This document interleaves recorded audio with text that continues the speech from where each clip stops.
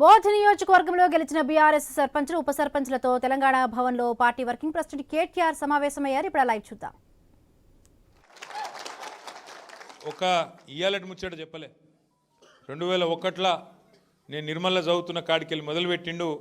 ఎట్లా కేసీఆర్ సార్ను చూసి మొదలు తెలంగాణ ఉద్యమంలోకి వచ్చిన, ఆ తర్వాత కార్ ర్యాలీలో ఎట్లా ఆదిలాబాద్కి వెళ్ళి నేరేడుగొండకి వెళ్ళి ఢిల్లీ దాకా కార్ ర్యాలీలో పోయినా, ఎట్లా మళ్ళీ తర్వాత సార్ నాయకత్వంలోనే ఎమ్మెల్యే అయినా, మరి ఎమ్మెల్యే అయినాక కూడా ఈ 2 ఏళ్ళు ప్రతిపక్షంలో ఉన్నా. మీకు తెలియని ముచ్చట ఒకటి చెప్తా. నేను ప్రతిపక్షంలో ఉన్నా, కాంగ్రెస్ నాయకులు పెద్ద పెద్దోళ్ళు ఫోన్లు చేసిండ్రు. అనిల్ జాదవ్కు, కోవలక్ష్మి గారికి కూడా ఫోన్ చేసిండ్రు. ఆ 10 మంది పోయినారు కదా ఎమ్మెల్యేలు, మనోళ్ళం కూడా అట్లనే కొనుక్కుందాం అనుకున్నారు. కుల్లా చెప్తున్నాను, నీకు ఇలా సిగ్గుపడేది ఏం లేదు. కానీ మీ నాయకుడు క్యారెక్టర్ ఉన్న నాయకుడు కాబట్టే, పైసలు లేకపోవచ్చు, గరీబ్గాడు కావచ్చు, కానీ క్యారెక్టర్ ఉన్నాడు కాబట్టే ఇలా ఇక్కడ నిలబడి దటాయించి మాట్లాడుతున్నాడు. అట్లాంటి నాయకులే. ఎందుకంటే బావిలో నీళ్ళు ఉన్నప్పుడు మస్తు కప్పలు వస్తాయి, చెర్ల నీళ్ళు ఉన్నప్పుడు. కానీ బావి ఎండినప్పుడు, కష్టమైనప్పుడు అప్పుడే మనిషి క్యారెక్టర్ తెలుస్తుంది. ఇలా అంత క్యారెక్టర్ ఉన్న నాయకుడు అనిల్ జాదవ్ గారని నేను మీకు విజ్ఞప్తి చేస్తూ ఉన్నా. పెద్దలు జోగు రామన్న గారు, మన జిల్లా పార్టీ అధ్యక్షులు, మాజీ మంత్రివర్యులు, వారికి, సోదరుడు ఖానాపూర్ నియోజకవర్గ ఇన్ఛార్జ్ జాన్సన్ గారికి, అట్లాగే గౌరవనీయులు శాసన మండలి మాజీ సభ్యులు మా సలీంబాయి గారు, వేదికపై ఆసీనులైన బోత్ నియోజకవర్గ మండల అధ్యక్షులు, మాజీ జెడ్పీటీసీలు, మాజీ ఎంపీపీలు, గౌరవ సింగిల్ విండోల అధ్యక్షులు, గౌరవ సర్పంచులు, గెలిచొచ్చిన సర్పంచులు, గౌరవ ఉప సర్పంచులు, వార్డు సభ్యులు. మరి సర్పంచులుగా గెలిచిర్రు అంటే వాళ్ళ గెలుపు వెనకాల చాలామంది ఉంటారు, 1000 మంది. వాళ్లకు అట్లే దగ్గరకు వచ్చి ఓడిపోయిన వాళ్ళు చాలా మంది ఉంటారు. వాళ్లకు అట్లాగే గెలిపించిన వాళ్ళకు మనోళ్లకు ఓడించే ప్రయత్నం చేసిన వాళ్ళకు కూడా పేరున అందరికీ నమస్కారం, అందరికీ ధన్యవాదాలు. ఎందుకంటే అందులో కూడా ఉంటారు, ఇక మీకు తెలుసు, నేను చెప్పాల్సిన అవసరం లేదు.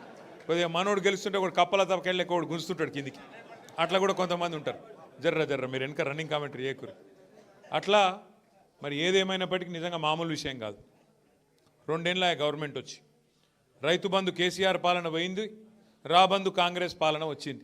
ఎట్లయిపోయింది రైతుల హాలత్తు? ఇలా ఆదిలాబాద్ రైతులను చూస్తే అర్థమవుతుంది. పంట కొనటోడు లేడు, కొంటే అందులో కట్టింగ్లు.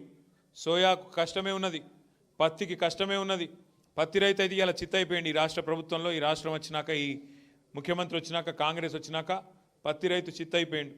సోయా రైతును అడిగేటోడు లేడు, దానికి మళ్ళీ కట్టింగ్లు. గతంలో 13 క్వింటాలు ఉంటాయి, ఇప్పుడు 7 క్వింటాలని కట్టింగ్లు.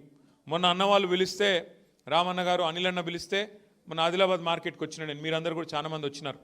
వచ్చినప్పుడు మనం చూసినాం రైతుల హాలత్. మనం వస్తున్నామంటే మార్కెట్ బంద్ పెట్టిరు. ఆ రోజు మీకు యాదకుండాలి, మార్కెటే బంద్ పెట్టిరు. సోమవారం వచ్చినాం అనుకుంటాం మేము. ఆ రోజు కూడా సోమవారం మార్కెట్ బంద్ పెట్టిరు. అందుకే అనిల్ అన్న ఏం చేసిండు తెలివిగా, ఆడ మార్కెట్ బంద్ పెడతారా మీరని చెప్పి ఆయన నేరేడుగొండలనే తీసుకుపోయాడు. సోయాబీన్ కొనుగోలు కేంద్రం ఉంటే ఆడికి గుంట పోయిండు, ఆడ చూపెట్టిండు. ఆడ రైతులతో మాట్లాడితే అక్కడ గదే కష్టం. అంటే ఇవాళ రాష్ట్రంలో పరిస్థితి ఏంది అంటే, రైతులు ఈ రైతు ఆ రైతు అని కాదు, మొత్తం రాష్ట్రంలోని రైతులందరూ ఇలా గుండెల నిండా మళ్ళీ ఒకసారి కేసీఆర్ గారిని గుర్తు చేసుకుంటా ఉన్నారు. కేసీఆర్ ఉన్నప్పుడు ఎంత బాగుండే రైతు పరిస్థితి, ఇలా ఎంత అధ్వానమైంది అని యాద్ చేసుకుంటున్నారు. ఇది వాస్తవం. నేను చెప్పేది, మీరు ఊళ్ళలో మీరుంటారు, నాకంటే బాగా మీకే ఎరక. ఏమన్నా కోపమో తాపమో ఉంటే మన మీద ఉన్నది. ఆడనో ఈడనో కోపం ఉంటే మనం ఆడ కింది స్థాయిలో ఉండే నాయకుల మీద, నా మీద, మీ మీద ఉండొచ్చు, కానీ కేసీఆర్ మీద మాత్రం రాష్ట్రంలో ఏ రైతు కోపంగా లేడు అనే మాట వాస్తవం. ఎందుకంటే కేసీఆర్ గారు చేసినట్టు రైతులకు ఎవరైనట్టు చేయలే.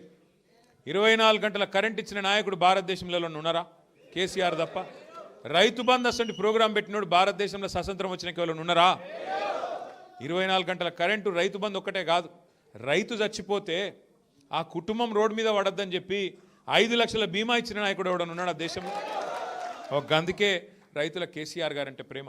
పంట పండించిందంతా కొన్నాడు. కరోనా టైంలో కూడా 7,000 కేంద్రాలు పెట్టి, కొనుగోలు కేంద్రాలు పెట్టి ఆఖరి గింజదాకా కొన్నాడు.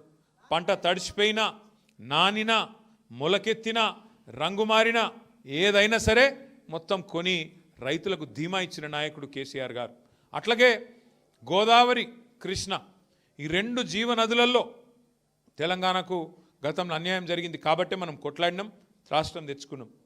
తెచ్చుకున్న రాష్ట్రంలో ఇటు కాళేశ్వరం కట్టిండు, అటు బ్రహ్మాండంగా పాలమూరు రంగారెడ్డి 90% పూర్తి చేసిండు,